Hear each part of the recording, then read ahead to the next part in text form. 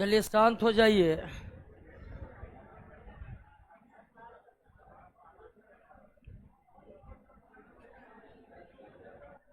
शांत हो जाइए। अब कुछ देर हमारी बातों को ही आप सुनिए।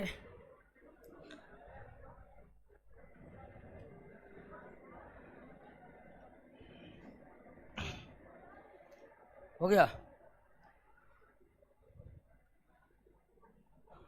तो आज क्वेश्चन होगा। तो हम लोग दूसरे चैप्टर को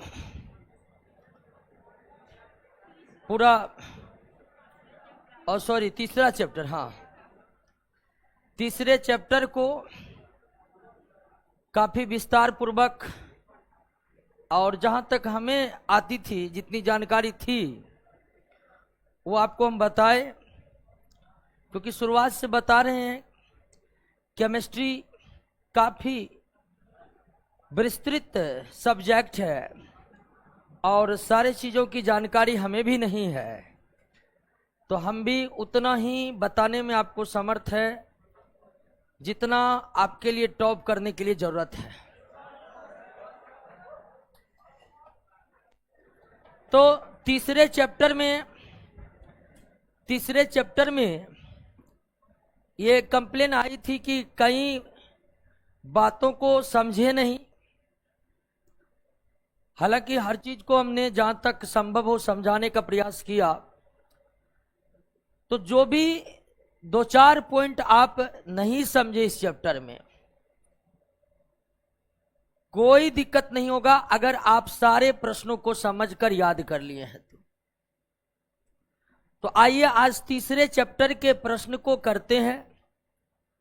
और यह प्रश्न के अंतर्गत, यानी कि आपके जो प्रश्न है इसमें तमाम एग्जाम में जो पूछे गए हैं, लगभग 2021 के दिसंबर तक जितना भी एग्जाम हुआ है वो सारा प्रश्न इसमें शामिल है। 2022 के प्रश्न हमें आ नहीं पाए थे, और जो भी आए थे तो देखे थे कि पीछे जो प्रश्न है उसी के अनुरूप ही है। तो सारा क्वेश्चन बैंक, एनसीईआरटी के प्रश्न, सब प्रश्न एक जगह है आपका। तो आइए तीसरे चैप्टर के एक एक प्रश्न को हम क्लियर करते हैं, और जो भी थोड़ी बहुत दिक्कत रह गई होगी आज प्रश्नों के माध्यम से उसको दूर कर लेंगे। लेकिन हम फिर बता रहे हैं दोस्तों कि आज हम तीसरा चैप्टर को खत्म कर लेंगे, लेकिन पहले और दूसरे चैप्टर के प्रश्न आपको याद हो गया कि नहीं हो गया है? ईमानदारी पूर्वक बोलिएगा दोस्तों, नौकरी आपको करना है। और केमिस्ट्री को आप जमा करके याद नहीं कर सकते। आप केमिस्ट्री को जमा करके याद करिएगा, आपको उबाऊपन आ जाएगा। इसीलिए हम तो कहते हैं कि जीएस में किसी भी चैप्टर के प्रश्न को आप जमा मत करिए कि एक साथ याद करेंगे। रणनीति यही अपनाइए कि जो भी चैप्टर समाप्त हो गया है, उस चैप्टर के प्रश्न ना सिर्फ आपको याद हो जाए, बल्कि इस तरह से याद हो जाए कि उसका उत्तर आपके होंठ पर आ जाए, होंठ पर। तो आइए दोस्तों तीसरे नंबर चैप्टर की शुरुआत करते हैं। ऑनलाइन भी जुड़ गए हैं अभिजीत कुमार, सत्येंद्र कुमार, चांदनी कुमारी, अंशु कुमारी। तो आइए देखते हैं जितने भी कुमार कुमारी हैं सब एक साथ प्रश्नों को करते हैं। पहला प्रश्न, निम्नलिखित में कौन परमाणु होगा? यहां पर परमाणु का मौलिक कण है। तो परमाणु के तीन ही मौलिक कण है, इलेक्ट्रॉन, प्रोटॉन, इसलिए इसका आंसर क्या हो जाएगा? डी हो जाएगा। इसका आंसर क्या हो जाएगा? डी हो जाएगा। क्लियर? तो पहला का आंसर डी। परमाणु के कितने मौलिक कण है? तीन मौलिक कण है। तीन मौलिक कण है, इलेक्ट्रॉन, प्रोटॉन और नेक्स्ट पर आते। निम्न कथनों पर विचार कीजिए, और ये एनडीए में पूछा गया सवाल है। एनडीए या सीडीएस के प्रश्नों को देखिएगा तो वो इसी तरह कथन निष्कर्ष देकर प्रश्नों को पूछते हैं। तो आपका कॉन्सेप्ट क्लियर हो गया तो प्रश्न किसी भी तरह से पूछेगा आपसे बनेगा। आइए कथन को पढ़ते हैं। तत्व के परमाणु 3 मौलिक कण इलेक्ट्रॉन, प्रोटॉन तथा न्यूट्रॉन के बने होते हैं। बिल्कुल सही है। हाइड्रोजन तत्वों में अपवाद है जिसके परमाणु में 2 ही मौलिक कण इलेक्ट्रॉन तथा प्रोटॉन होते हैं। बिल्कुल सही है। दोनों कथन क्या है दोस्तों? 118 तत्वों की अब तक खोज हो चुकी है। 118 तत्व में एकमात्र तत्व हाइड्रोजन है जिनमें न्यूट्रॉन पाया ही। हाइड्रोजन के नाभिक में एक प्रोटॉन होते हैं और उसमें एक ही कक्षा होते हैं के, और उसमें एक इलेक्ट्रॉन होते हैं। उसमें क्या होते हैं? तो हाइड्रोजन के परमाणु के नाभिक में कोई न्यूट्रॉन नहीं रहते।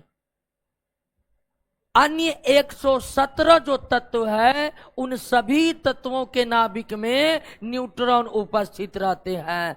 यानी हाइड्रोजन के परमाणु केवल 2 ही मूल कण से बने हुए हैं, वो है इलेक्ट्रॉन तथा प्रोटॉन। आगे बढ़े। सर्वप्रथम परमाणु के किस मौलिक कण की खोज हुई? इलेक्ट्रॉन की खोज हुई। सबसे पहले इलेक्ट्रॉन का खोज हुआ, उसके बाद प्रोटॉन का खोज हुआ, और सबसे अंत में न्यूट्रॉन का खोज हुआ। सबसे अंत में न्यूट्रॉन का खोज हुआ। अगला प्रश्न, परमाणु में इलेक्ट्रॉन के अस्तित्व का पता किसने लगाया, अथवा इलेक्ट्रॉन की खोज किसके द्वारा हुआ? जे और ये 9th क्लास एनसीईआरटी का प्रश्न है, ठीक है ना। आगे बढ़ें। इलेक्ट्रॉन के संबंध में कौन सा सही नहीं है? इलेक्ट्रॉन के संबंध में कौन सा एक सही? इलेक्ट्रॉन नाभिक के बाहर रहते हैं। बिल्कुल सही है। इलेक्ट्रॉन नाभिक के बाहर कक्षा में चक्कर लगाते हैं। विभिन्न तत्व के परमाणु में इलेक्ट्रॉन की संख्या भिन्न भिन्न होते हैं। बिल्कुल। सोडियम में 11 इलेक्ट्रॉन है, मैग्नीशियम में 12 है, सिलिकॉन में 14 है। जितना परमाणु संख्या उतना इलेक्ट्रॉन तत्व में होते हैं। इलेक्ट्रॉन एक ऋण आवेशित कण है। सही है। तो इसका मतलब गलत कौन है? डी। अब गलत होना ही पड़ेगा इसको। इलेक्ट्रॉन का द्रव्यमान 1.6 गुना 10 के पावर माइनस 19 ग्राम होता है। नहीं, इलेक्ट्रॉन का द्रव्यमान 9.11 गुना 10 के पावर माइनस 28 ग्राम होता है। ठीक है ना। तो डी नंबर क्या है? गलत है। डी नंबर क्या है? गलत है। वेरी गुड अभिजीत कुमार रफ्तार, नाम है रफ्तार। आगे बढ़ें।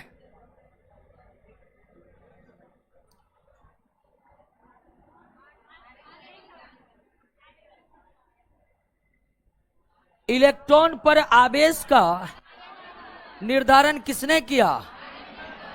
R.A. मिल्कन ने। और R.A. मिल्कन ने इलेक्ट्रॉन पर आवेश का निर्धारण एक खास प्रकार के एक्सपेरिमेंट के द्वारा किया था, जिसका नाम क्या था? तेल बूंद प्रयोग। तेल बूंद प्रयोग। तेल बूंद प्रयोग।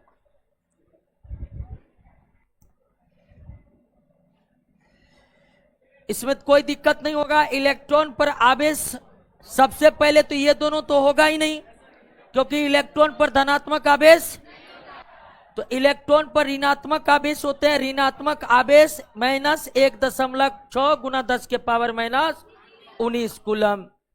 10 के power minus 19 coulomb. Clear. Next,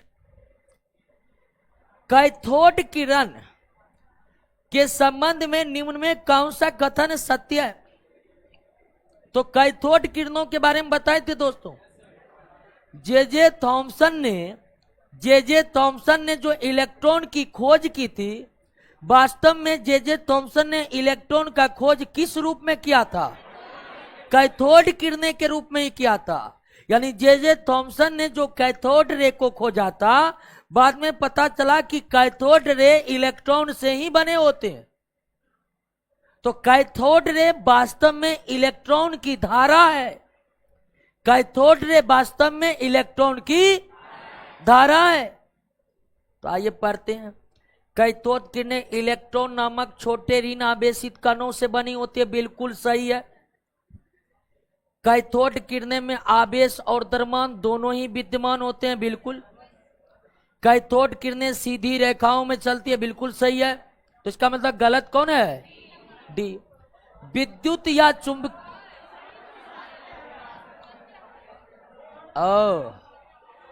अच्छा एक मिनट। कैथोड किरणें के संबंध में कौन सा कथन सत्य है ना? तो हमको लगता है ए बी सी सही है तीनों। इसमें जो है ना यहां पर मिस्टेक है, असत्य। और असत्य कौन है? डी। असत्य डी है। तो थोड़ा सुधार करिएगा। 8 नंबर के प्रश्न में सत्य के जगह असत्य पूछिएगा। विद्युत या चुंबकीय क्षेत्र के प्रभाव से यह किरणें विचलित नहीं होती है। बिल्कुल विचलित होती है।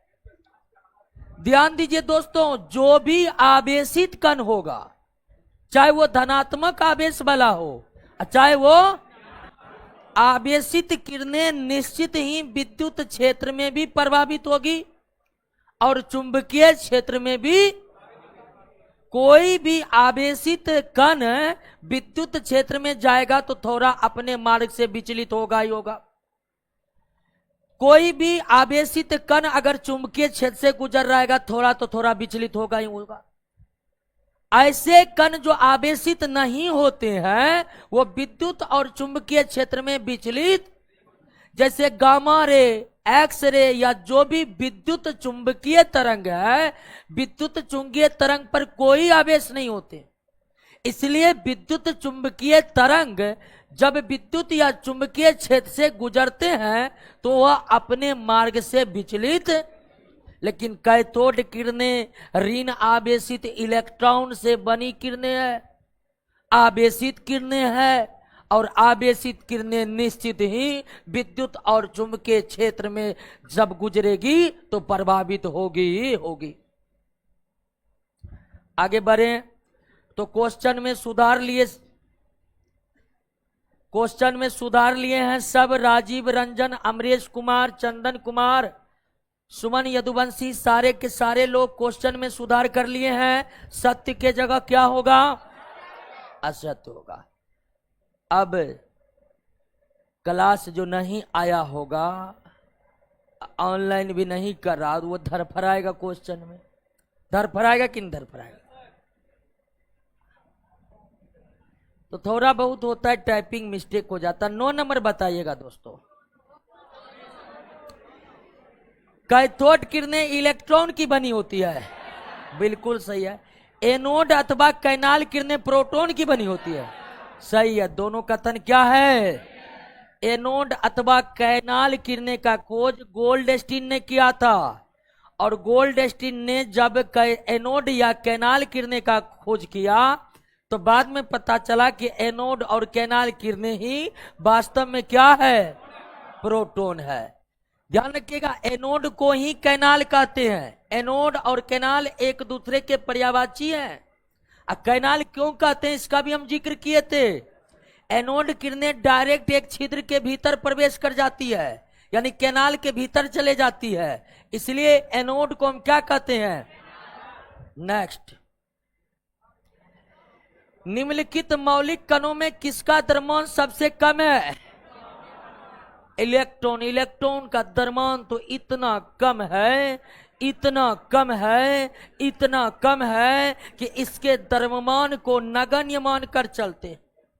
इसके द्रव्यमान को नगण्य मानकर चलते। क्लियर?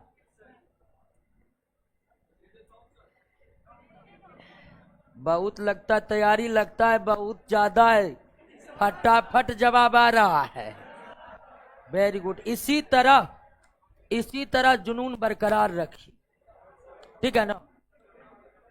नहीं होता है कि बहुत होता है कि पढ़ रहे हैं, पर तो पूरा मार्केटे पढ़ रहा है कि ना।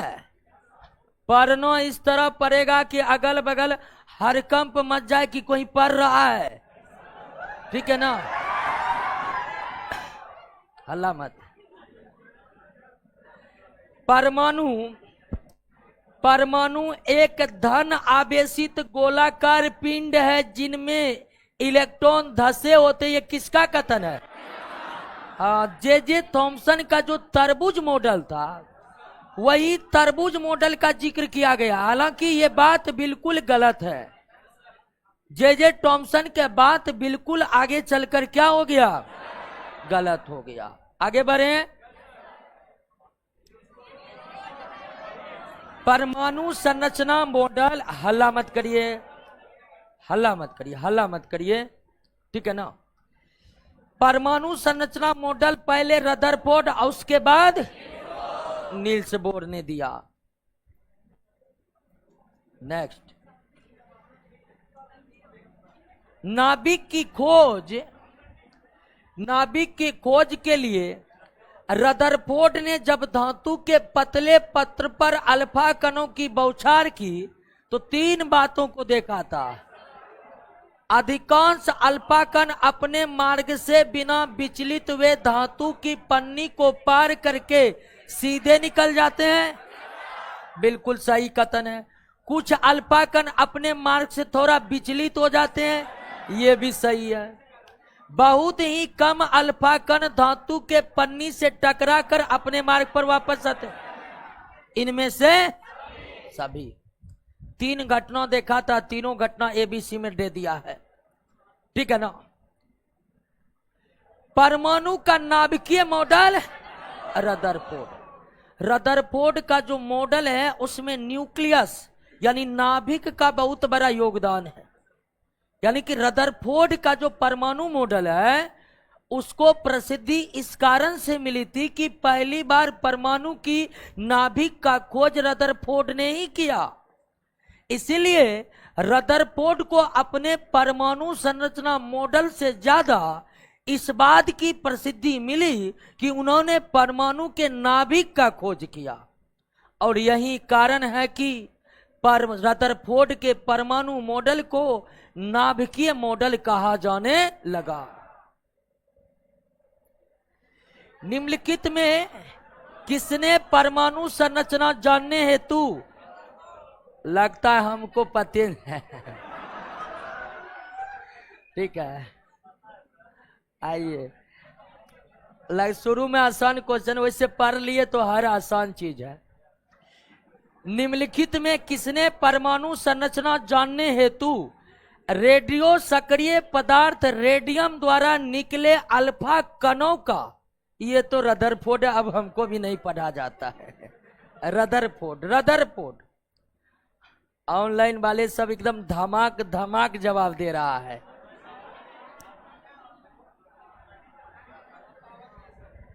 नेक्स्ट,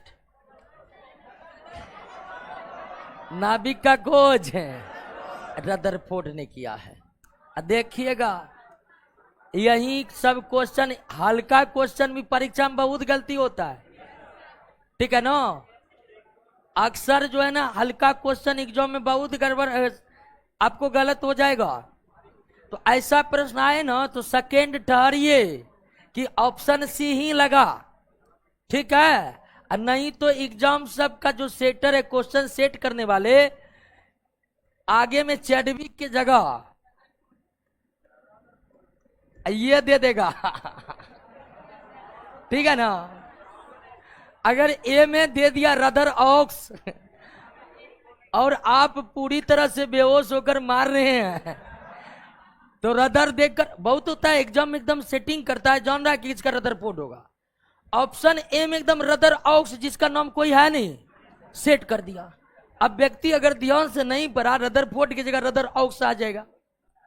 अब देखे होंगे जब परीक्षा, जैसे कोई पूरा टैलेंटेड लड़का जो फुल तैयारी किया है, परीक्षा देकर आएगा, फुल खुश रहेगा, कितना 88 अरे हला समझिए ना, शुरू शुरू में कितना 88 बनाए हैं, घर के अंदर जाएगा 82, अब फिर फोन पर दोस्त सबसे बात करेगा तो आ जाएगा 78। अच्छा दुकान पर दूसरे दिन जाएगा, क्वेश्चन आउट हो गया है, ठीक है, क्वेश्चन आउट हो गया। तो नंबर धीरे धीरे घटते जाते, क्यों? वो भारी क्वेश्चन एक भी गलत नहीं करता है, ऐसे ऐसे हल्का क्वेश्चन गलत हो जाता है। तो जीएस में जब भी हल्का क्वेश्चन मिले ना, 5 सेकंड ठहर जाइए कि सही मार रहे हैं कि नहीं मार रहे हैं। आगे बढ़ते। परमाणु नाभिक की खोज रदरफोर्ड ने किन कणों की सहायता से की? अल्फा कणों की सहायता से। कौन सा कण आवेशहीन अथवा उदासीन? तो इलेक्ट्रॉन तो ऋण आवेशित, प्रोटॉन धन आवेशित, न्यूट्रॉन अनावेशित कण है। न्यूट्रॉन अनावेशित कण है। प्रोटॉन पर आवेश डैश के आवेश के बराबर है, इलेक्ट्रॉन। आवेश का परिमाण बराबर है, प्रकृति अलग अलग है। यानी कि प्रोटॉन पर उतना ही आवेश का परिमाण है जितना किस पर है, लेकिन दोनों के आवेश की प्रकृति अलग है। समझे कि नहीं समझे? प्रोटॉन पर आवेश का मान कूलम में जितना है उतना ही कूलम में आवेश का मान किस पर है, इलेक्ट्रॉन पर है। बस इलेक्ट्रॉन और प्रोटॉन की आवेश की प्रकृति अलग है। इलेक्ट्रॉन पर माइनस और प्रोटॉन पर प्लस। न्यूट्रॉन का द्रव्यमान डैश के द्रव्यमान के लगभग बराबर होते हैं, प्रोटॉन। अब प्रोटॉन का द्रव्यमान कितना? 1 mu। न्यूट्रॉन का 1 mu से कुछ ज्यादा होता है। अगर ये प्रश्न पूछ दे कि प्रोटॉन और न्यूट्रॉन में कौन भारी है, तो न्यूट्रॉन प्रोटॉन की तुलना में भारी है।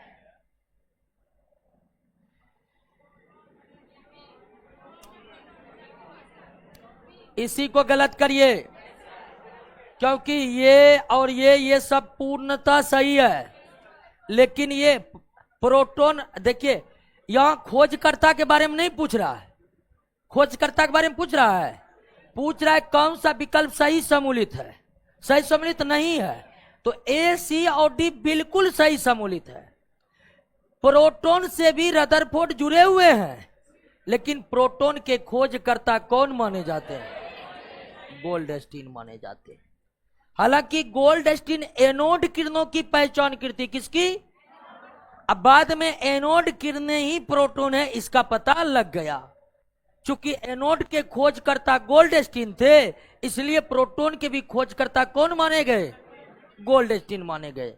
लेकिन गोल्डस्टीन वास्तव में वो प्रोटॉन के बारे में नहीं बताए थे। वो किसके बारे में बताए थे? एनोड रे के बारे में बताए थे। लेकिन आगे चलकर यह व्याख्या हुई कि एनोड किरणें ही वास्तव में क्या है? प्रोटॉन है। परमाणु विद्युतता उदासीन होता है, बिल्कुल सही है। परमाणु पर इलेक्ट्रॉन और प्रोटॉन की संख्या समान होती है, इसलिए वो उदासीन होता है। परमाणु का नाभिक धनावेशित होता है, सही है। नाभिक में प्रोटॉन होने के कारण नाभिक धनावेशित होते हैं, जबकि परमाणु में इलेक्ट्रॉन और प्रोटॉन बराबर होने के कारण वो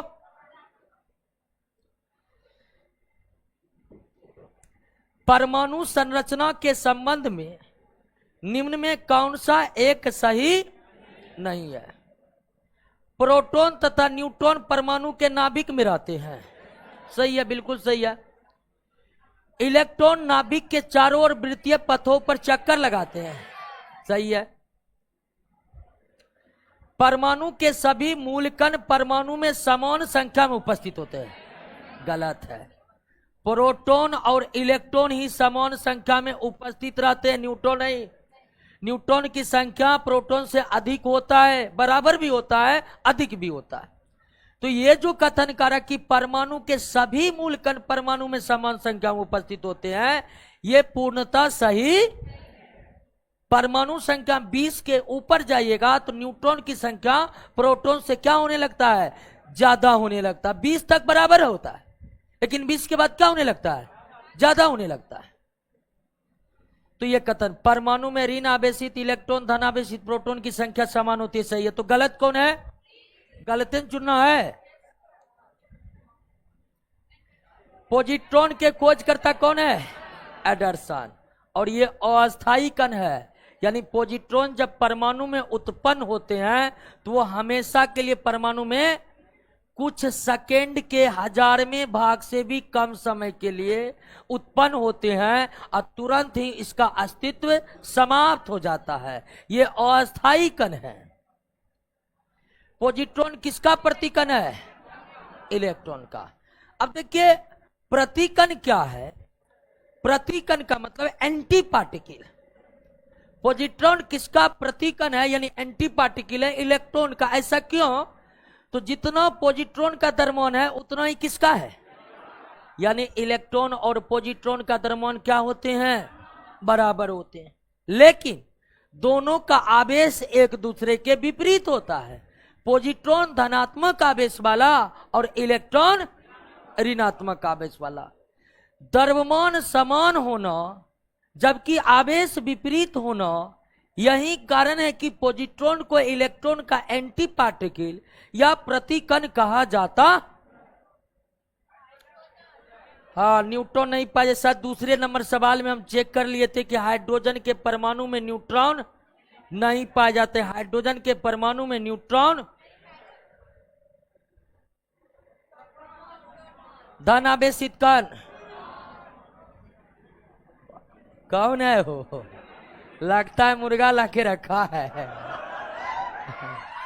अरे हल्ला हल्ला हल्ला मत करिए।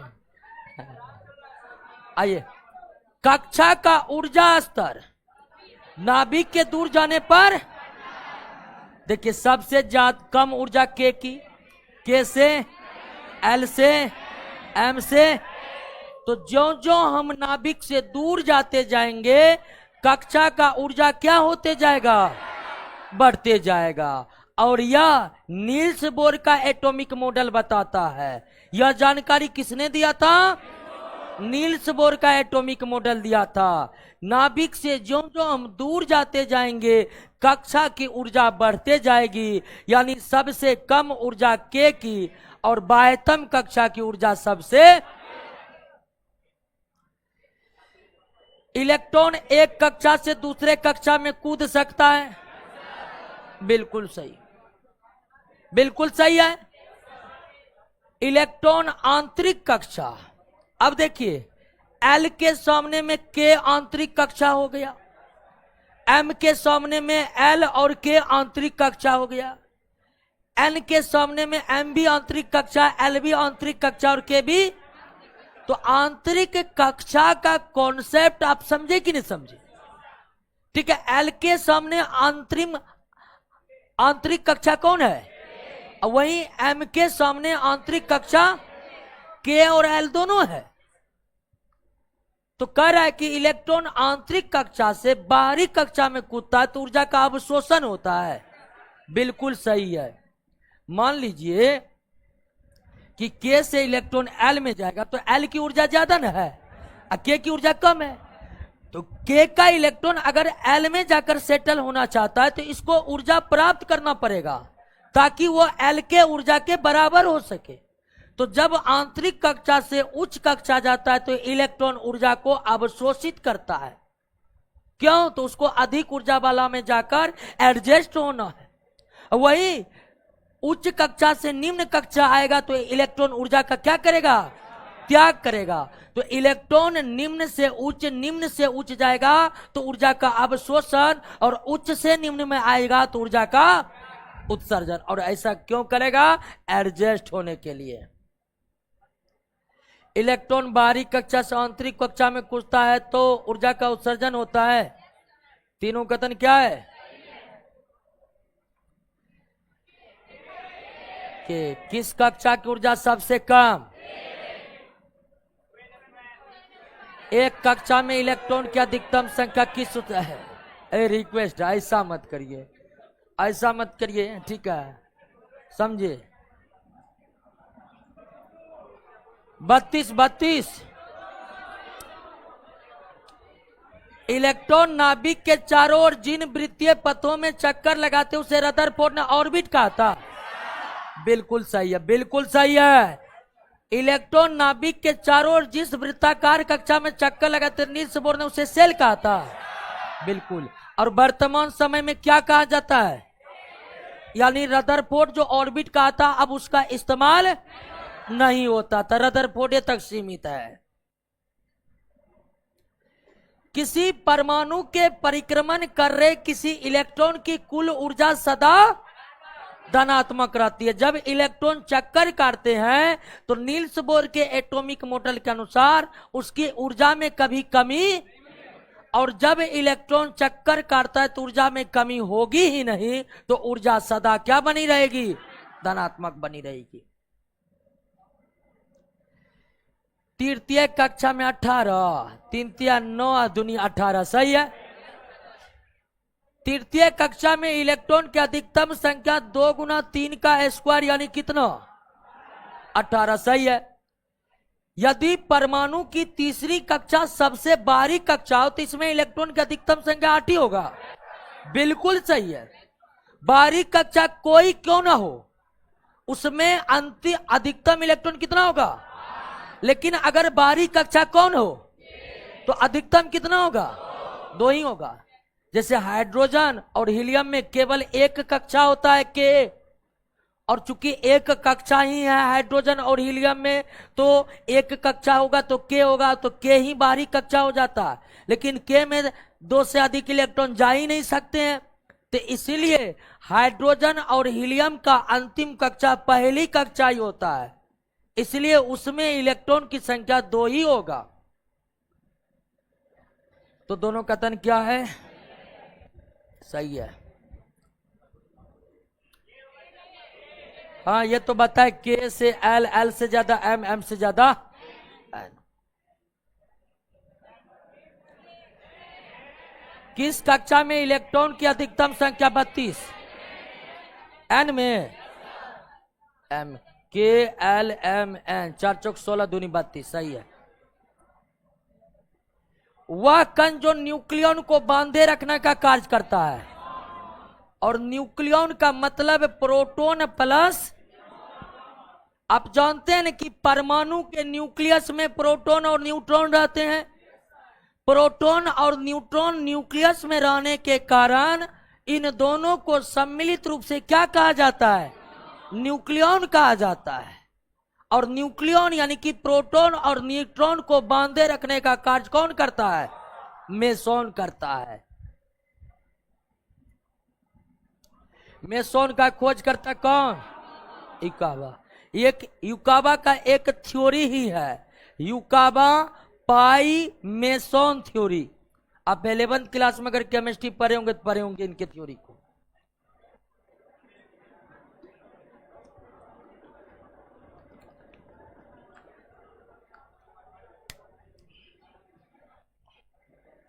अच्छा, नोट में थोड़ा सा मिस्टेक है, थोड़ा थ्योरी वाला सेक्शन में हम चाहेंगे कि उसको आप सही कर ले।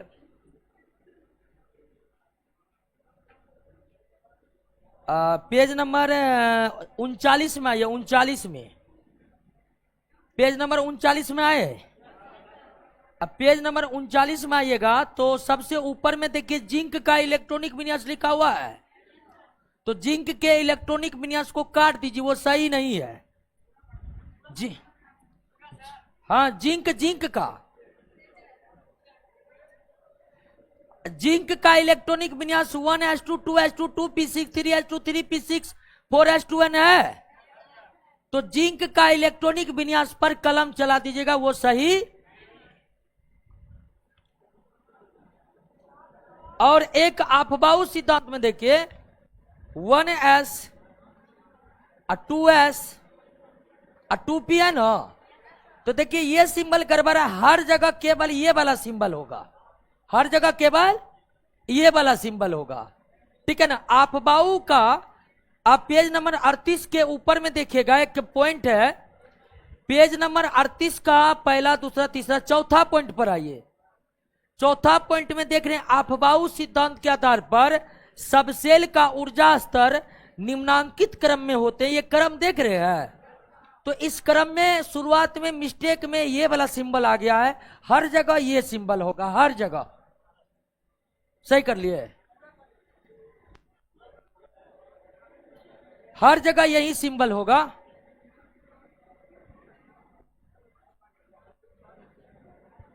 चलिए, सुमन, यदुवंशी, सत्येंद्र कुमार, रोशन कुमार, ऑनलाइन वाले दोस्तों सब सही कर लिए हैं।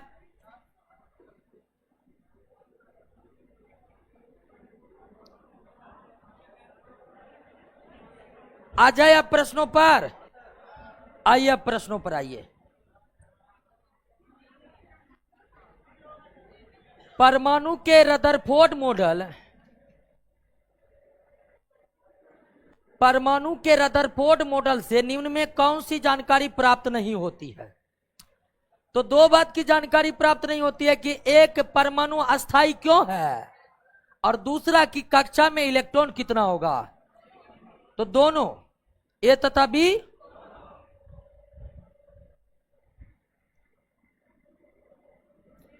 निम्नलिखित में कौन सा मूल कण का आवेश इलेक्ट्रॉन के विपरीत परंतु द्रव्यमान समान होता है? तो न्यूट्रॉनों। निम्नलिखित में कौन सा मूल कण का आवेश इलेक्ट्रॉन के विपरीत किंतु द्रव्यमान समान होता है? ये पॉजिट्रॉन होगा, सॉरी, ये पॉजिट्रॉन होगा, पॉजिट्रॉन, सॉरी, पॉजिट्रॉन। पॉजिट्रॉन का द्रव्यमान इलेक्ट्रॉन के बराबर है, लेकिन आवेश एक दूसरे के, यही कारण है कि पॉजिट्रॉन को इलेक्ट्रॉन का एंटी पार्टिकल कहा जाता है। नेक्स्ट, किसी तत्व के नाभिक में उपस्थित प्रोटॉन की संख्या, प्रोटॉन की संख्या क्या? परमाणु संख्या। प्रोटॉन की संख्या, परमाणु संख्या का संबंध किससे है? यौगिक और मिश्रण का कोई परमाणु संख्या नहीं होता, इसका संबंध तत्वों से है।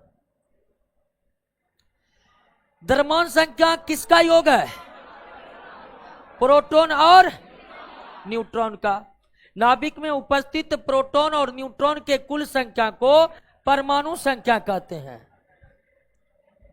नेक्स्ट, किसी तत्व का परमाणु संख्या Z, द्रव्यमान संख्या A, तो न्यूट्रॉन की संख्या A माइनस Z। द्रव्यमान संख्या A बराबर प्रोटॉन प्लस न्यूट्रॉन होता है, और Z बराबर प्रोटॉन होगा, परमाणु संख्या बराबर प्रोटॉन। तो आपको हम बताए थे कि द्रव्यमाणु संख्या में परमाणु संख्या घटा लेंगे तो किसकी संख्या निकलेगा? 44 का बी। ये क्या हो रहा है? परमाणु संख्या के संदर्भ में निम्न में कौन सा सही नहीं है? पर ये किसी तत्व के एक परमाणु में प्रोटॉन की संख्या उस तत्व का परमाणु संख्या कही जाती है, बिल्कुल सही है। तत्व की परमाणु संख्या उस तत्व के उदासीन परमाणु के इलेक्ट्रॉन की संख्या के बराबर होता है, बिल्कुल सही है। तत्व की परमाणु संख्या केवल उदासीन परमाणु में इलेक्ट्रॉन की संख्या में बराबर होता है, न कि आयन में, ये भी सही है। तो इसका मतलब कौन गलत है? तत्व का परमाणु संख्या रासायनिक अभिक्रिया के दौरान परिवर्तित हो जाते, बिल्कुल गलत है। परमाणु संख्या किसी तत्व का परिवर्तित हो ही नहीं सकता है। जब तत्व नाभिकीय संलयन या नाभिकीय विखंडन में भाग लेगा, तब उसका परमाणु संख्या बदल सकता है। रासायनिक अभिक्रिया में भाग लेने से बदलेगा कब? जब नाभिकीय विखंडन और नाभिकीय संलयन में पीछे वाले बात कर रहे हैं।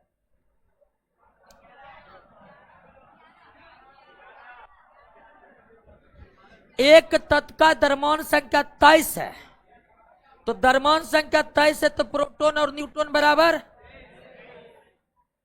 इसके परमाणु में न्यूट्रॉन कितना है?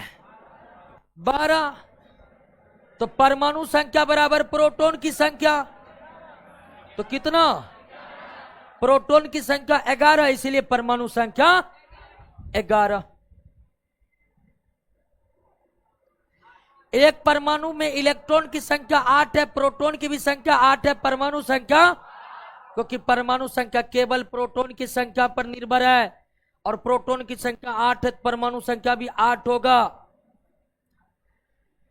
ऊपर में यहां 235 होगा, यहां क्या होगा? 235। अब प्रोटॉन की संख्या परमाणु संख्या कितना? तो परमाणु संख्या 92, तो प्रोटॉन की भी संख्या 92। नीचे में परमाणु संख्या, ऊपर में द्रव्यमान संख्या। क्या कोई दिक्कत? परमाणु संख्या Z, द्रव्यमान संख्या A में, एक परमाणु में इलेक्ट्रॉन की संख्या प्रोटॉन के बराबर और प्रोटॉन की संख्या परमाणु संख्या के बराबर, तो इलेक्ट्रॉन की भी संख्या क्या होगी? Z होगी। समझे कि नहीं समझे?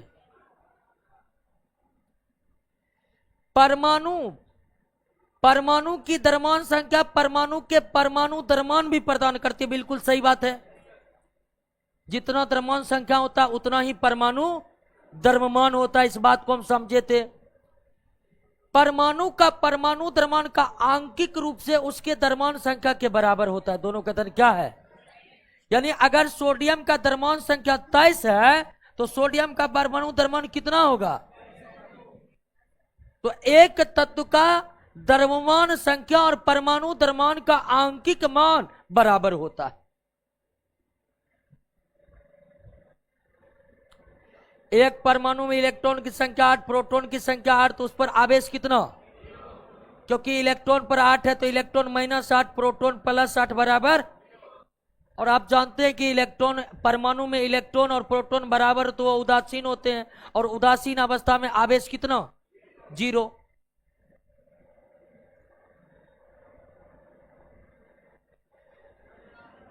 प्रोटॉन तथा इलेक्ट्रॉन,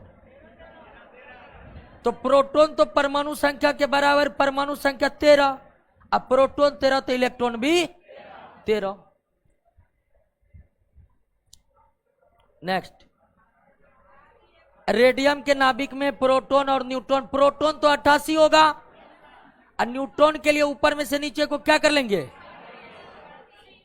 C होगा। कहिए दोस्तों, कोई दिक्कत है? ऊपर में द्रव्यमान संख्या, यानी ऊपर में प्रोटॉन प्लस न्यूट्रॉन की संख्या है और नीचे में प्रोटॉन की संख्या है, तो ऊपर वाले में से नीचे को घटा लीजिएगा तो न्यूट्रॉन की संख्या निकल जाएगा। और इसमें अगर इलेक्ट्रॉन पूछता तो इलेक्ट्रॉन कितना होता? 88। इलेक्ट्रॉन कितना होता? 88 होता। इलेक्ट्रॉन कितना? इलेक्ट्रॉन की संख्या प्रोटॉन के बराबर, प्रोटॉन की संख्या परमाणु संख्या के बराबर। किसी तत्व का परमाणु द्रव्यमान कितना है? 23 है, तो उसकी परमाणु संख्या 11। देखिए, अगर परमाणु द्रव्यमान 23 है, अगर परमाणु द्रव्यमान 23 है तो द्रव्यमान संख्या भी कितना होगा? 23। द्रव्यमान संख्या भी। अब उसका परमाणु संख्या 11 है, तो प्रोटॉन की संख्या, तो न्यूट्रॉन की संख्या निकाले तो 23 - 11 यानी 12। जितना परमाणु द्रव्यमान होता है उतना ही द्रव्यमान संख्या। द्रव्यमान संख्या बराबर प्रोटॉन प्लस न्यूट्रॉन की संख्या। अब परमाणु संख्या 11 है तो प्रोटॉन 11 होगा, न्यूट्रॉन 12 होगा। यह क्या हो गया है? अच्छा। एक परमाणु में 9 इलेक्ट्रॉन 9 प्रोटॉन है। द्रव्यमान संख्या प्रोटॉन की संख्या प्लस इलेक्ट्रॉन की संख्या कितना? कोई दिक्कत? जिस तत्व के परमाणु में 2 प्रोटॉन 2 न्यूट्रॉन 2 इलेक्ट्रॉन है, द्रव्यमान संख्या, द्रव्यमान बराबर प्रोटॉन न्यूट्रॉन, यानी 2 2 4 2 2 4।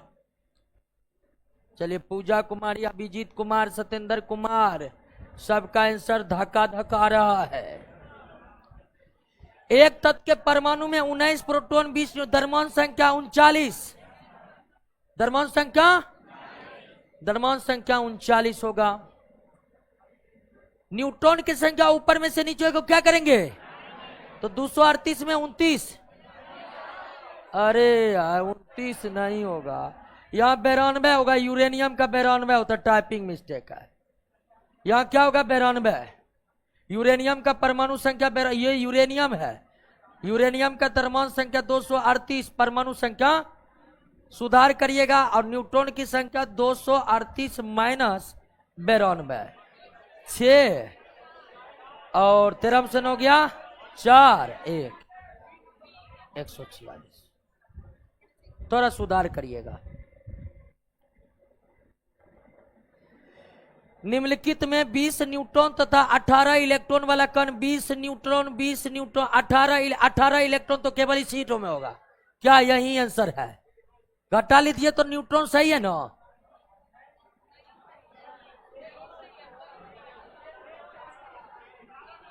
अरे 1 मिनट लगता है, कोई ना होगा। अरे 1 मिनट। 18 इलेक्ट्रॉन तब होगा जब 18 प्रोटॉन होगा। 18 प्रोटॉन केवल किसमें है?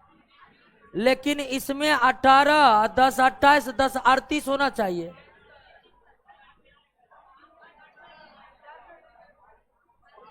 इसको 38 कर दीजिए,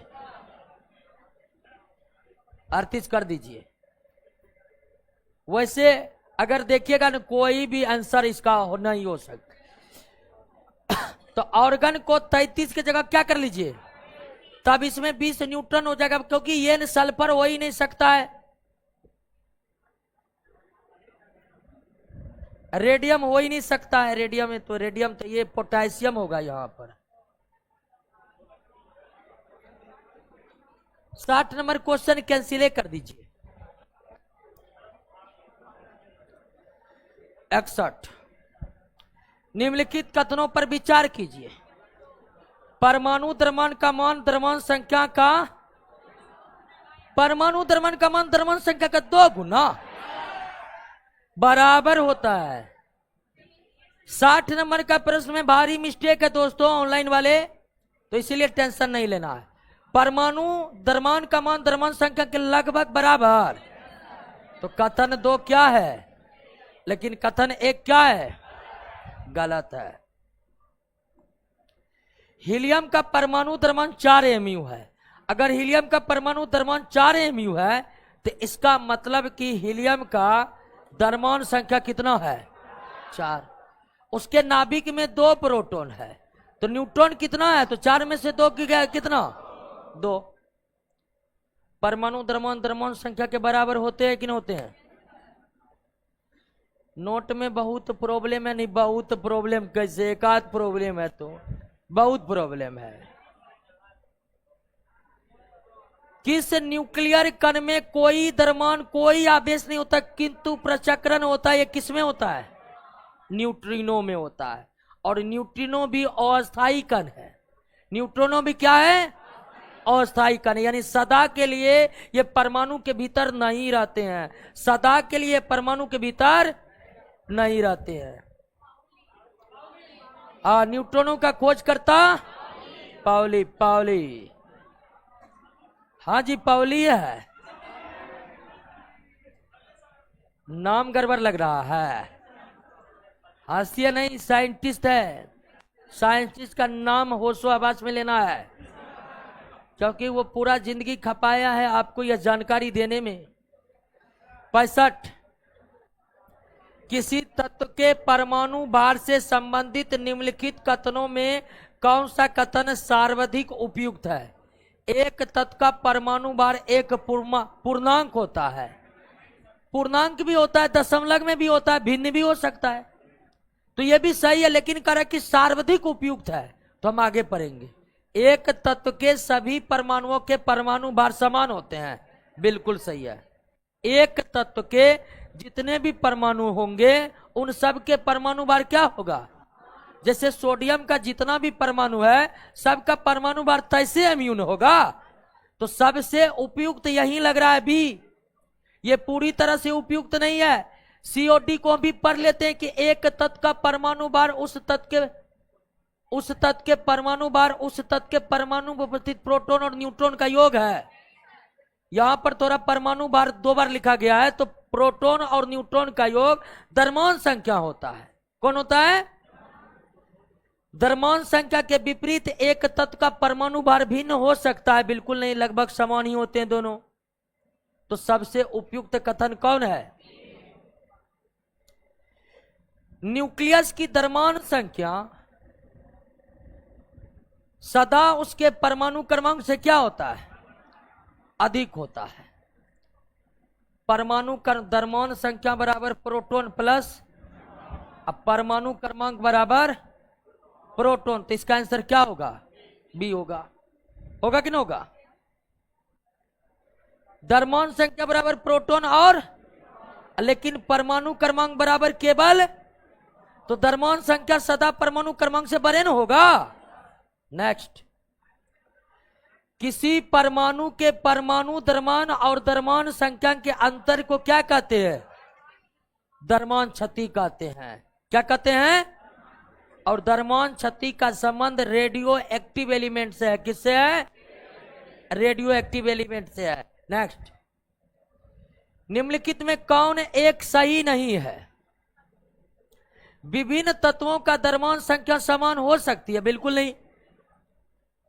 किसी तत्व के परमाणुओं की द्रव्यमान संख्या भिन्न, किसी तत्व के परमाणुओं की द्रव्यमान संख्या भिन्न भिन्न हो सकती है? बिल्कुल नहीं।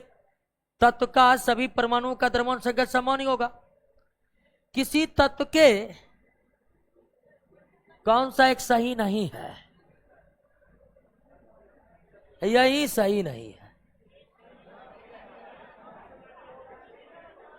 68 का सही। 1 मिनट, करा निम्नलिखित में कौन सा एक सही नहीं है? तो पहला कथन ही तो सही नहीं है ना? बी नंबर, किसी तत्व के परमाणुओं की द्रव्यमान संख्या भिन्न भिन्न हो सकती है। नहीं, ये भी क्या है? गलत है। किसी तत्व के सभी परमाणुओं में प्रोटॉन की संख्या समान होती है। किसी तत्व के सभी परमाणु, यहां पर नहीं को काटिए, काटिए तो नहीं को। किसी तत्व के सभी परमाणुओं में न्यूट्रॉन की संख्या सदैव समान होती है, यह भी गलत है। तो निम्नलिखित में कौन सा कथन सही है? नहीं को काट दिए। देखिए, ए गलत है, बी गलत है, डी गलत है, सही कौन है? सी। तो इसीलिए उपयुक्त नहीं है। नहीं को काट दीजिए ना, तब परफेक्ट क्वेश्चन बनेगा और उत्तर क्या निकलेगा? तो इसको सही करिए।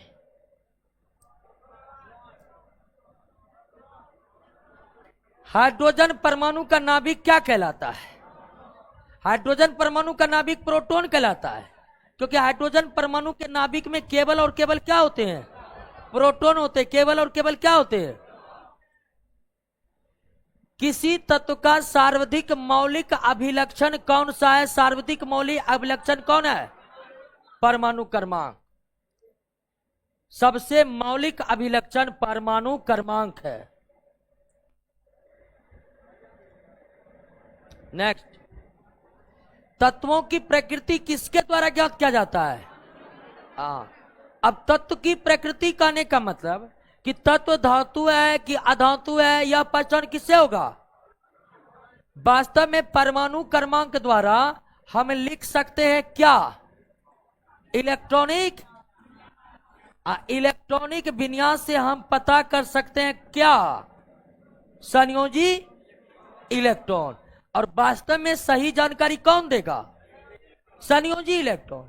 तो एक तत्व की प्रकृति किससे ज्ञात होती है? संयोजी इलेक्ट्रॉन ऑप्शन में नहीं है तो क्या होगा? ये भी ऑप्शन में नहीं है, तब क्या होगा? और इसीलिए आंसर यहां पर क्या हो रहा है? सबसे बेहतर आंसर, उससे कम बेहतर, और ऑप्शन के अनुसार यहां पर आंसर क्या होगा? क्लियर है ना?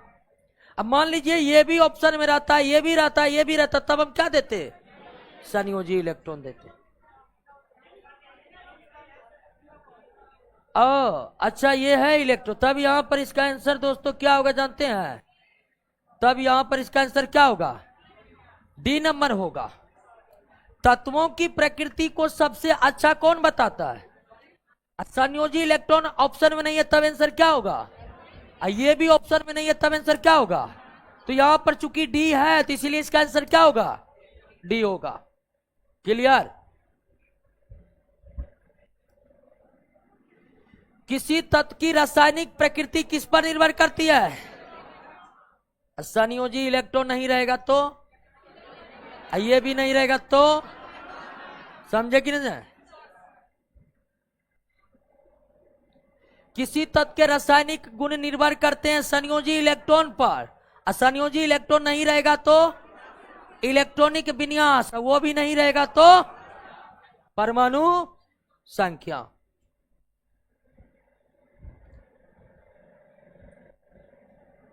किसी परमाणु का रासायनिक व्यवहार निर्भर करता है संयोजी इलेक्ट्रॉन तो नहीं है, इलेक्ट्रॉन है। सी नंबर। न्यूक्लियस के गिर्द, गिर्द मतलब चारों तरफ, गिर्द मतलब न्यूक्लियस के गिर्द घूम रहे इलेक्ट्रॉन की संख्या से ही आपको संयोजी इलेक्ट्रॉन मालूम हो जाएगा, और संयोजी इलेक्ट्रॉन से क्या मालूम हो जाएगा? रासायनिक व्यवहार। तो यहां पर इसका आंसर क्या होगा? सी। दो परमाणु को समस्थानिक कब कहा जाता है? उनका परमाणु क्रमांक समान हो और उसका द्रव्यमान संख्या भिन्न हो। ए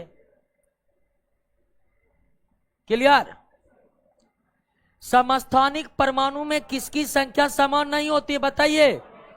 समस्थानिक का परमाणु संख्या समान है तो प्रोटॉन समान होगा, अब प्रोटॉन समान है तो इलेक्ट्रॉन भी, तो भिन्न कौन होता है? हम आपको बाकायदा लिस्ट बनाकर दिखा दिए थे चेक करके।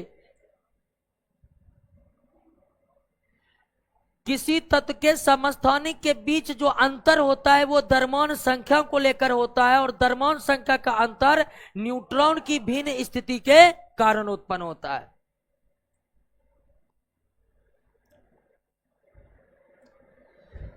नेक्स्ट, किसी तत्व के दो समस्थानिक किन गुणों में भिन्न होते हैं? हाँ, द्रव्यमान संख्या में भिन्न होते हैं और न्यूट्रॉन के संख्या में भी भिन्न होते हैं। समस्थानिक जिन दो गुणों को लेकर भिन्न होते हैं वो है द्रव्यमान संख्या और न्यूट्रॉन की संख्या।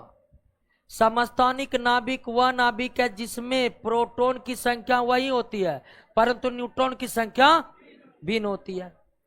क्या इसमें कोई दिक्कत हो रहा है? कैसे सवाल?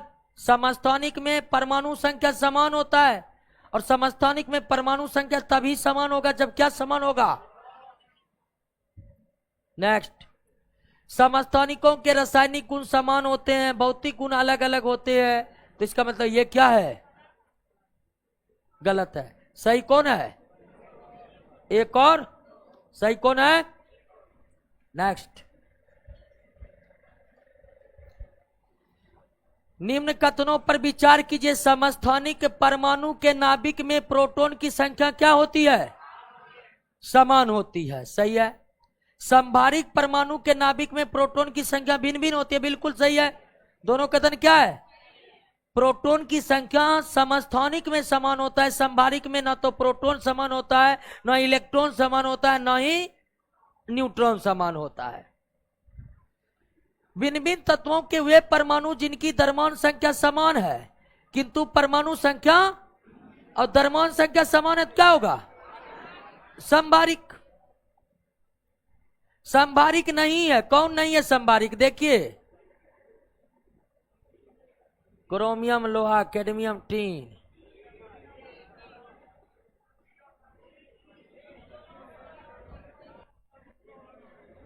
सी भी समान नहीं है और डी भी समान नहीं है।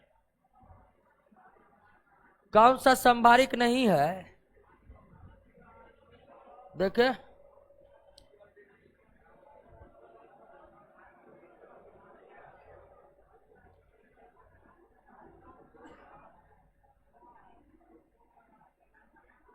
और देखिए सी और डी दोनों ही संभारिक नहीं है। संभारिक में द्रव्यमान संख्या यानी ऊपर वाला क्या होना चाहिए? समान होनी चाहिए। ऊपर वाला क्या होनी चाहिए? समान होनी चाहिए। अब देखिए ये किसका उदाहरण है? 8 8 8, तो परमाणु संख्या समान है तो ये समस्थानिक। परमाणु संख्या समान है तो हाइड्रोजन के समस्थानिक संख्या 3। सार्वधिक संख्या में समस्थानिक किसके होते हैं? पोलेनियम के। पोलेनियम के कुल 27 समस्थानिक होते हैं। पोलेनियम के कुल कितने? 27 समस्थानिक होते हैं। समान परमाणु संख्या, समान परमाणु संख्या होगा तो वो क्या होगा? समस्थानिक ही होगा। परमाणु संख्या समान है तो समस्थानिक होगा। विभिन्न तत्व के वे परमाणु जिसमें न्यूट्रॉन की संख्या समान है तो न्यूट्रॉन की संख्या सम न्यूट्रॉनिक। न्यूट्रॉन की संख्या नेक्स्ट, सम न्यूट्रॉनिक वे हैं जिनमें, सम न्यूट्रॉनिक वे हैं जिनमें परमाणु क्रमांक परमाणु भार भिन्न किंतु न्यूट्रॉन की संख्या, हाँ सम न्यूट्रॉनिक का मतलब न्यूट्रॉन की संख्या क्या हो, द्रव्यमान संख्या भी अलग हो, परमाणु संख्या भी अलग हो, लेकिन अगर न्यूट्रॉन की संख्या समान है तो वो सम न्यूट्रॉनिक कहलाएगा। वो क्या कहलाएगा? नेक्स्ट, निम्नलिखित में कौन सम न्यूट्रॉनिक है? सब का सब। सब में एक बार चेक कर लीजिए, सब में न्यूट्रॉन की संख्या, इन दोनों में भी न्यूट्रॉन की संख्या समान है, इन दोनों में भी न्यूट्रॉन की संख्या समान है, इन दोनों में भी न्यूट्रॉन की संख्या समान। वैसे 86 87 36 37 7 8 3 4 31 32 15 16 एकदम न्यूट्रॉन की संख्या समान होगा। आइसोटोन यानी समान संख्या में न्यूट्रॉन। निम्नलिखित में कौन सा कथन गलत है? समस्थानिकों की परमाणु संख्या समान लेकिन द्रव्यमान संख्या भिन्न है, सही है। समस्थानिकों के भौतिक तथा रासायनिक गुण भिन्न भिन्न, गलत। समस्थानिकों के भौतिक गुण भिन्न भिन्न होता है लेकिन रासायनिक गुण क्या होते हैं? समान होते। समस्थानिकों के नाभिकीय गुण समान हो, नाभिकीय गुण भिन्न भिन्न होते हैं, सही है। समस्थानिक में प्रोटॉन और न्यूट्रॉन, तो समस्थानिक में प्रोटॉन ही बराबर होते हैं, न्यूट्रॉन बराबर होते हैं। तो समस्थानिक परमाणु में नाभिकीय गुण समान नहीं होते हैं, मतलब प्रोटॉन न्यूट्रॉन दोनों समान समान नहीं होते हैं। अब भिन्न भिन्न होते हैं तो सही है, भिन्न भिन्न होते हैं तो ये सही है।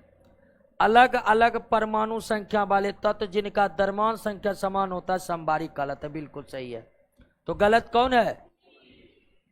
समस्थानिकों के भौतिक गुण भिन्न होते हैं लेकिन रासायनिक गुण क्या होते हैं? नेक्स्ट, वैसे नाभिक जिनमें न्यूट्रॉन की संख्या समान है तो ये सम न्यूट्रॉनिक होगा, सम न्यूट्रॉनिक होगा, न्यूट्रॉन की संख्या समान है, सम न्यूट्रॉनिक है। फास्फोरस सिलिकॉन है, देखिए तो 15 14, ये सम न्यूट्रॉनिक। ये क्या होगा दोस्तों? सम न्यूट्रॉनिक है। देखिए सोरा अभी हल्ला कर रहा था, सोरा अरे हल्ला मत करिए। समभारिक तत्वों के परमाणु के नाभिक में प्रोटॉन की संख्या भिन्न भिन्न। अभी सुस्त नहीं पड़ी, अब एक क्वेश्चन है समझने वाला, ठीक है ना? हल्का क्वेश्चन में सब फुदक रहे थे।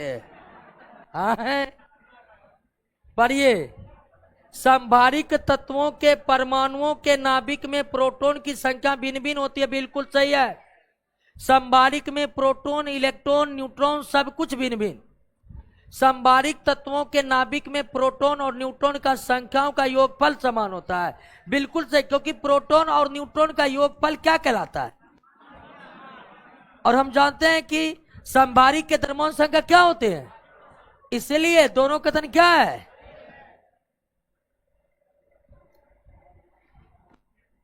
नेक्स्ट, कोबाल्ट समस्थानिक का उपयोग कैंसर के उपचार में होता है। कोबाल्ट समस्थानिक का उपयोग कैंसर के उपचार में। चट्टान की आयु ज्ञात करने के लिए या पृथ्वी की आयु ज्ञात करने के लिए? पृथ्वी की आयु पूछेगा या चट्टान की आयु पूछेगा तो यूरेनियम, जीवाश्म पूछेगा तो कार्बन। जीवाश्म पूछ रहा, जीवाश्म का उम्र कार्बन। कैंसर, कैंसर देगा तो कोबाल्ट, कोई भी कैंसर हो कोबाल्ट। कोबाल्ट 60 से गामा किरणें निकलती है जो कैंसर वाले कोशिका को नष्ट कर देता है, जो कैंसर वाले कोशिका को। नेक्स्ट, रक्त परिसंचरण तंत्र में रक्त के थक्के की स्थिति का पता लगाने के लिए सोडियम 24, ये सोडियम का द्रव्यमान संख्या है। अब कहिए सोडियम का द्रव्यमान संख्या 23 होता है, लेकिन ये सोडियम नहीं है, सोडियम का समस्थानिक है, ये सोडियम का गैंगारो आयोडीन। ट्यूमर, ट्यूमर का पता लगाने के लिए आर्सेनिक 74, आर्सेनिक 60 नहीं होता है, 60 कोबाल्ट होता है। वे आयन जिनमें इलेक्ट्रॉन की संख्या समान हो, सम electronic. Al3 plus F minus के साथ सम इलेक्ट्रॉनिक है। Al3 प्लस में 13 माइनस 3 कितना है, और फ्लोरीन माइनस में 9 प्लस 1 कितना है।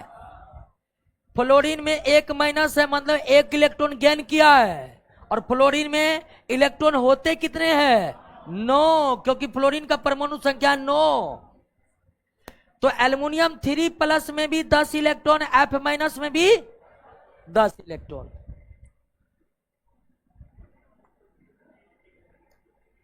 पता लगाइए तो कौन सम इलेक्ट्रॉनिक है।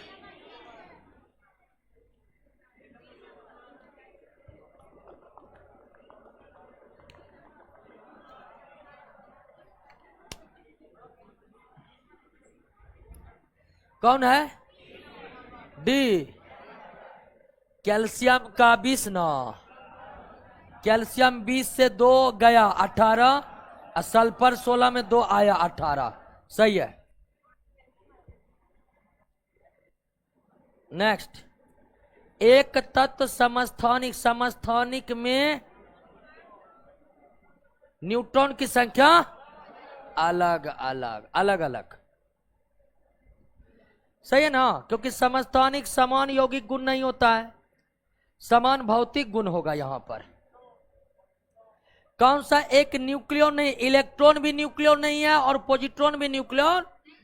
न्यूक्लियन के अंतर्गत कौन कौन आता है, प्रोटॉन और न्यूक्लियन के अंतर्गत कौन कौन आता है, प्रोटॉन और न्यूट्रॉन।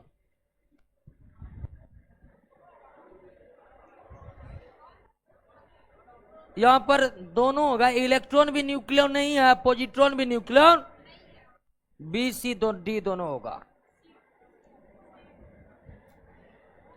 क्वांटम संख्या जो नाभिक से इलेक्ट्रॉन कक्षा की औसत दूरी, हाँ कक्षा की बात होगी तो मुख्य क्वांटम संख्या, उपकक्षा की बात होगी तो एजीमुथल यानी दिगंशी, ऑर्बिटल की बात होगी तो मैग्नेटिक, चक्रण की बात होगी तो कक्षा की परिक्रमा कर रहे इलेक्ट्रॉन के कोणीय संवेग के कारण उत्पन्न ऊर्जा की माप किससे की जाती है, दिगंशी से। कोणीय संवेग के कारण उत्पन्न ऊर्जा की माप किससे की जाती है, दिगंशी क्वांटम संख्या से। कक्षा में अंत अभिविन्यास की जब बात होगी तो आंसर क्या होगा, अभिविन्यास यानी 3 डायमेंशनल ऑर्बिटल के बारे में चुंबकीय क्वांटम संख्या बताता है। जीमेन इफेक्ट, जीमेन इफेक्ट की जानकारी भी कौन देती है। अब जीमेन इफेक्ट जो है हाइड्रोजन स्पेक्ट्रम रेखा से संबंधित है दोस्तों। तो आप सिर्फ याद रखिएगा इस प्रश्न में कि जीमेन इफेक्ट की व्याख्या किस क्वांटम नंबर से होता है, चुंबकीय क्वांटम नंबर से। याद रहेगा ना, क्वेश्चन पूछेगा तो यही पूछेगा, ये नहीं घुमा के पूछेगा। अब जीमेन इफेक्ट का जो अगर वर्गीकरण देखेंगे तो उसमें हाइड्रोजन स्पेक्ट्रम में रेखा को पढ़ना पड़ेगा, तो उतना हम कहे जाएंगे। आप याद रखिए जीमेन इफेक्ट कौन क्वांटम नंबर से क्लासिफाई होता है। चुंबकीय क्वांटम की संख्या किससे है, अभिविन्यास से है। मुख्य क्वांटम संख्या कक्षाओं की ऊर्जा तथा आकार बताता है, सही है। दिगंशी क्वांटम संख्या उपकक्षा, सही है। और चुंबकीय क्वांटम संख्या उपकक्षाओं की दिशा बताती है, ये भी सही है। तीनों कथन क्या है, दिगंशी क्वांटम संख्या उपकक्षा का रूप बताता है कि एस है कि पी है कि डी है, और चुंबकीय क्वांटम संख्या उपकक्षा का दिशा बताता है। एम सेल में कौन सब सेल उपस्थित नहीं हो सकते हैं, के एल एम, 3 उपकक्षा, तो एस पी डी एफ नहीं हो सकता है। एम सेल में एफ हो सकता है, एम सेल में 3 ही सब सेल हो सकते हैं, एस पी और एस ऑर्बिटल की आकृति गोलाकार। के सेल की ऊर्जा न्यूनतम होती है, सही है। एफ सेल की ऊर्जा महत्तम होती है। सब सेल का भी ऊर्जा स्तर पता है ना, S P D F. Sale का तो पता ही है, के एल एम एन।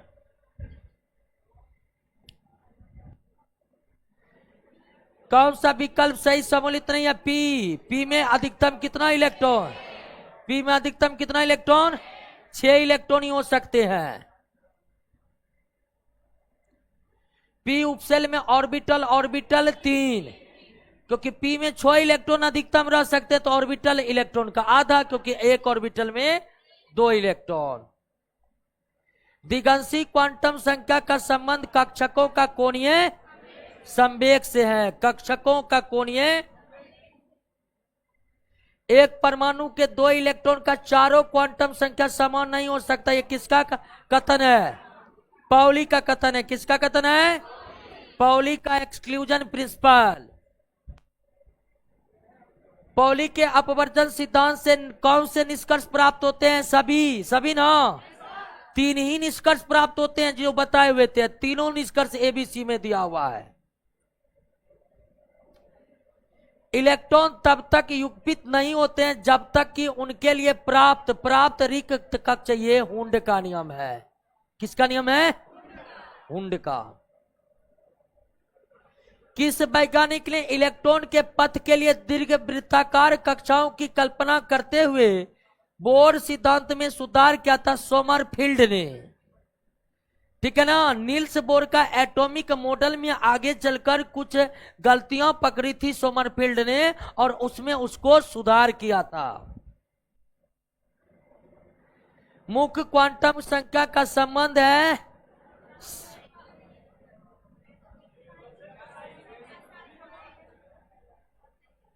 सबसेल के साइज से। हाँ, सबसेल के साइज से, क्योंकि मुख्य क्वांटम संख्या सेल को बताता है, और सेल का पता लग जाएगा तो सबसेल की भी जानकारी हो जाएगी, क्योंकि मुख्य क्वांटम संख्या पर ही डिपेंडेंट है द्विगंशी क्वांटम संख्या, है कि ना है?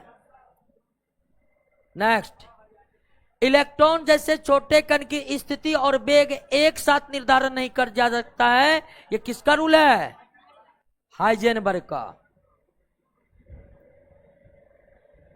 नेक्स्ट, सब सेलों में इलेक्ट्रॉन का क्रमिक प्रवेश किसके नियम से होता है?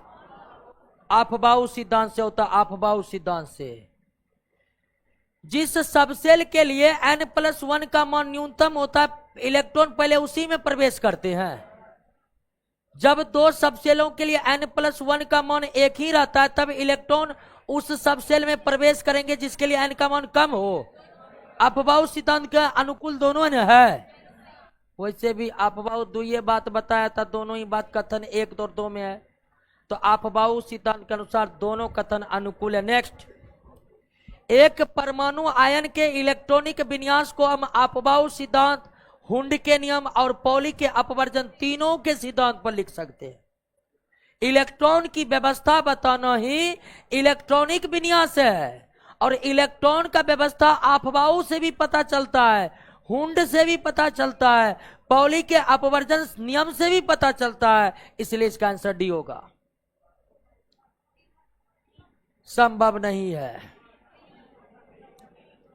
अच्छा देखिए, पहला कक्षा में 1 सबसेल हो सकता है, दूसरा कक्षा में 2 सबसेल हो सकता है, और दूसरा कक्षा में डी हो सकता है। बताइए, दूसरा कक्षा में 2 सबसेल होगा, एस और डी में देखिए दूसरा कक्षा में डी दे दिया। डी संभव है? ये गलत है, ये संभव नहीं है।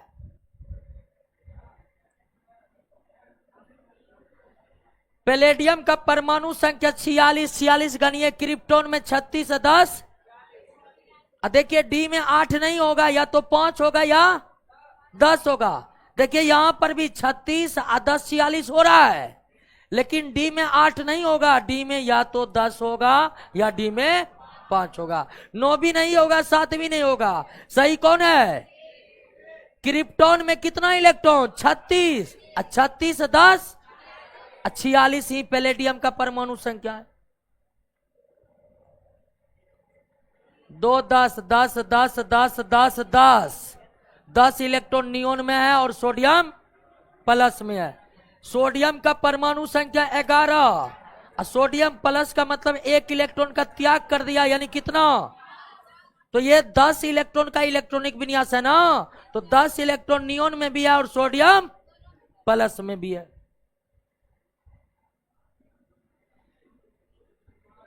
19 गणीय तो किस में है? हीलियम तो नहीं होगा। 2 1 3 है, 2 2 4, 18 1 10 1 11, 18 1 19।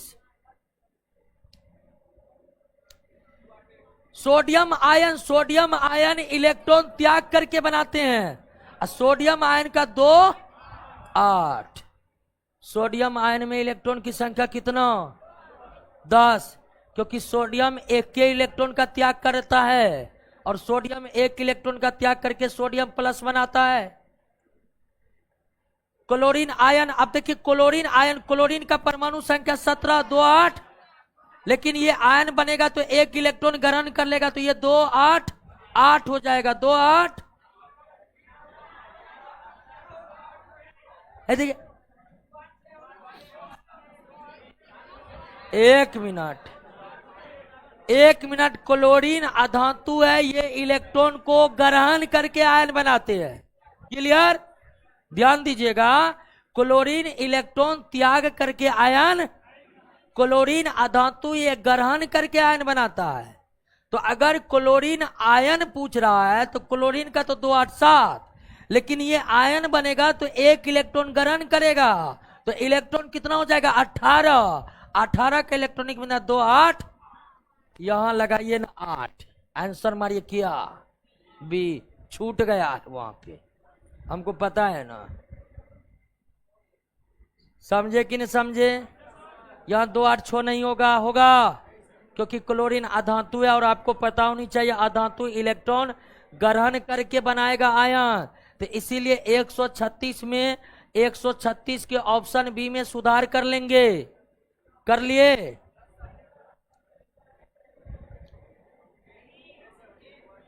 इलेक्ट्रॉनिक 13 तो 2 8 8 2 10 3, ये होगा नहीं, ये होगा, क्योंकि तीसरा कक्षा में 3 इलेक्ट्रॉन जाएगा।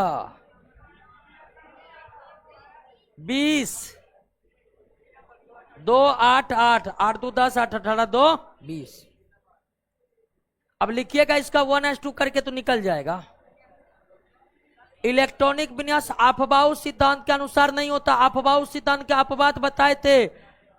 यहां क्रोमियम के जगह क्या लिखिए? कॉपर। 29 कॉपर का होता है, क्रोमियम कॉपर चांदी।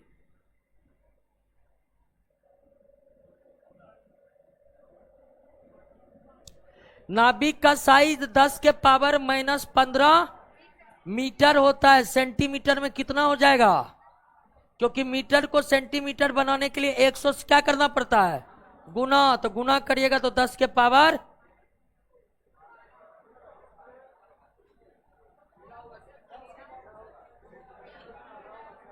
1 मिनट। नाभिक का साइज होता है 10 के पावर -15 मीटर। अब मीटर, यहां मीटर में तो दिया नहीं है, सेंटीमीटर में दिया हुआ है। तो मीटर को सेंटीमीटर बनाने के लिए 100 से क्या करते हैं? 100 से गुना करिएगा तो 10 के पावर 13 होगा। तो लगभग में यही आंसर देंगे, बीए देंगे। लेकिन सेंटीमीटर में कितना आ रहा है दोस्तों? 13 आ रहा है। नहीं, ऑप्शन यही है, एग्जाम में पूछा होता लगभग 10 के पावर -12 सेंटीमीटर, लगभग। लेकिन क्वेश्चन घुमा दिया है, आंख मूंद कर मारिएगा तो ये मार कर निकल जाइएगा ना जी। नेक्स्ट, सोडियम में कोर इलेक्ट्रॉन की संख्या कितना? 10। सोडियम 11 2 8 1। अंतिम कक्षा में electron valence electron, rest electron, core electron. तो रेस्ट कितना है? 10। एल्युमिनियम में संयोजी इलेक्ट्रॉन की संख्या 3, क्योंकि एल्युमिनियम का 2 8 3। तो अंतिम कक्षा के इलेक्ट्रॉन को क्या कहते हैं? संयोजी इलेक्ट्रॉन। अंतिम कक्षा में कितना है? तो एल्युमिनियम में संयोजी इलेक्ट्रॉन 3 और कोर इलेक्ट्रॉन कितना? 10।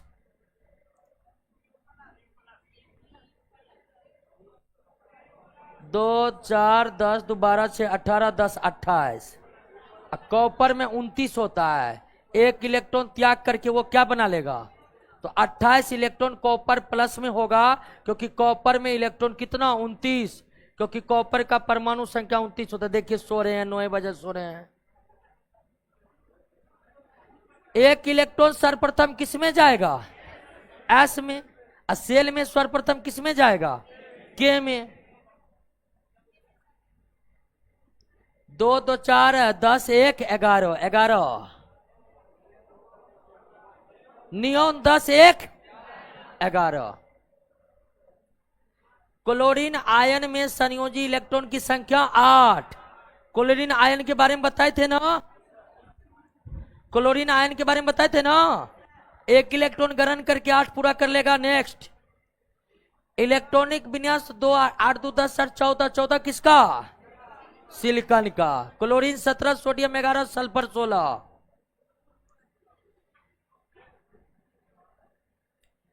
M प्लस प्लस 8 2 10 20 24 24 इलेक्ट्रॉन है तथा परमाणु भार 56 है। अब देखिए कि 2 इलेक्ट्रॉन त्याग किया है तो इलेक्ट्रॉन कितना है? 24। जब M 2 इलेक्ट्रॉन का त्याग किया तो इलेक्ट्रॉन कितना है? यानी उदासीन अवस्था में इलेक्ट्रॉन कितना? उदासीन अवस्था में जितना इलेक्ट्रॉन होता है उतना ही। तो M में प्रोटॉन कितना है? अब परमाणु भार कितना? अब परमाणु भार जितना उतना ही द्रव्यमान संख्या। तो परमाणु भार 56 है तो द्रव्यमान संख्या भी 56। और द्रव्यमान संख्या बराबर प्रोटॉन प्लस न्यूट्रॉन। तो प्रोटॉन प्लस न्यूट्रॉन बराबर 56। प्रोटॉन बराबर 26 तो न्यूट्रॉन बराबर 56 माइनस कितना आ रहा है? 30। सवाल को समझे। देखिए 2 इलेक्ट्रॉन त्याग किया है तो तब इलेक्ट्रॉन कितना है? यानी उदासीन अवस्था में कितना? उदासीन अवस्था में जितना इलेक्ट्रॉन रहता है उतना ही। तो प्रोटॉन M में कितना? 26। अब इसका परमाणु भार कितना? जितना परमाणु भार होता है उतना ही द्रव्यमान संख्या। तो द्रव्यमान संख्या भी 56। तो प्रोटॉन न्यूट्रॉन बराबर 56। प्रोटॉन 26 तो न्यूट्रॉन 30। समझे सवाल को? क्या समझे कि नहीं सवाल को? सोडियम, एल्युमिनियम, फास्फोरस, क्लोरीन में कोर इलेक्ट्रॉन की संख्या समान है। सोडियम का 11 जी 2 8 1।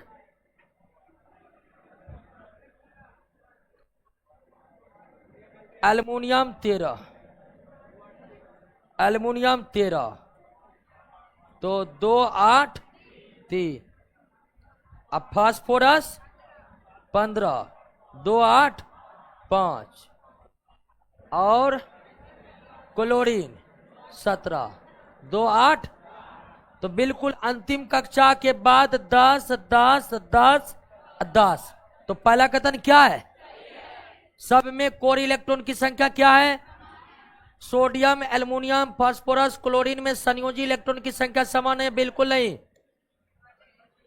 इलेक्ट्रॉन की संख्या समान है। एल्युमिनियम में संयोजी इलेक्ट्रॉन 3, सोडियम में 1, फास्फोरस में 5 और क्लोरीन में तो केवल 1 सही है, 2 क्या है? गलत है। किसी परमाणु का इलेक्ट्रॉनिक विन्यास 2 और 2 इसमें संयोजी अंतिम कक्षा के इलेक्ट्रॉन को क्या कहते हैं? 2। क्लियर? चलिए दोस्तों क्लियर हो गया। अगले क्लास में हम चौथा चैप्टर पढ़ेंगे। चौथा चैप्टर सब ले लीजिएगा और इसी में है। ठीक है दोस्तों, तो पहला, दूसरा, तीसरा चैप्टर का क्वेश्चन पूरा याद कर लीजिएगा। याद नहीं हो रहा है तो समझ लीजिए कि आप सरकारी नौकरी से दूर होते जा रहे हैं।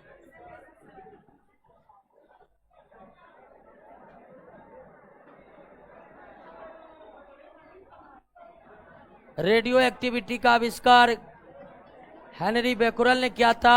इलेक्ट्रॉनिक विन्यास लिखना फिर से बता दीजिए। अच्छा बता देंगे अगले क्लास में।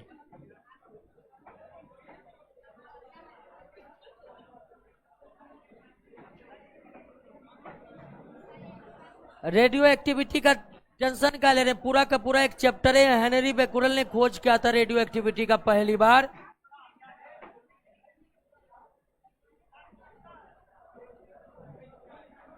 चलिए, सत्येंद्र कुमार, अनिल कुमार, राजा कुमार विक्रम प्रताप सिंह, सॉरी विक्रम प्रताप कुमार, कृति सिंह, सचिन कुमार, राजीव रंजन, सुमन यदुवंशी, AK, विकास कुमार। टोटल 15 चैप्टर है दोस्तों केमिस्ट्री में।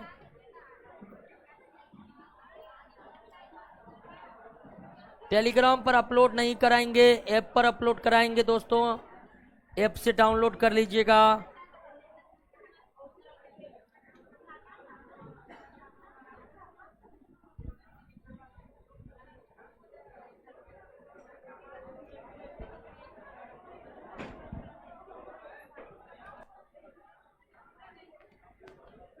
नहीं, न्यूमेरिकल जवाब पूछता है तो करवा देंगे। जैसे केमिस्ट्री का दूसरा चैप्टर में न्यूमेरिकल पूछा गया तो करवाए थे।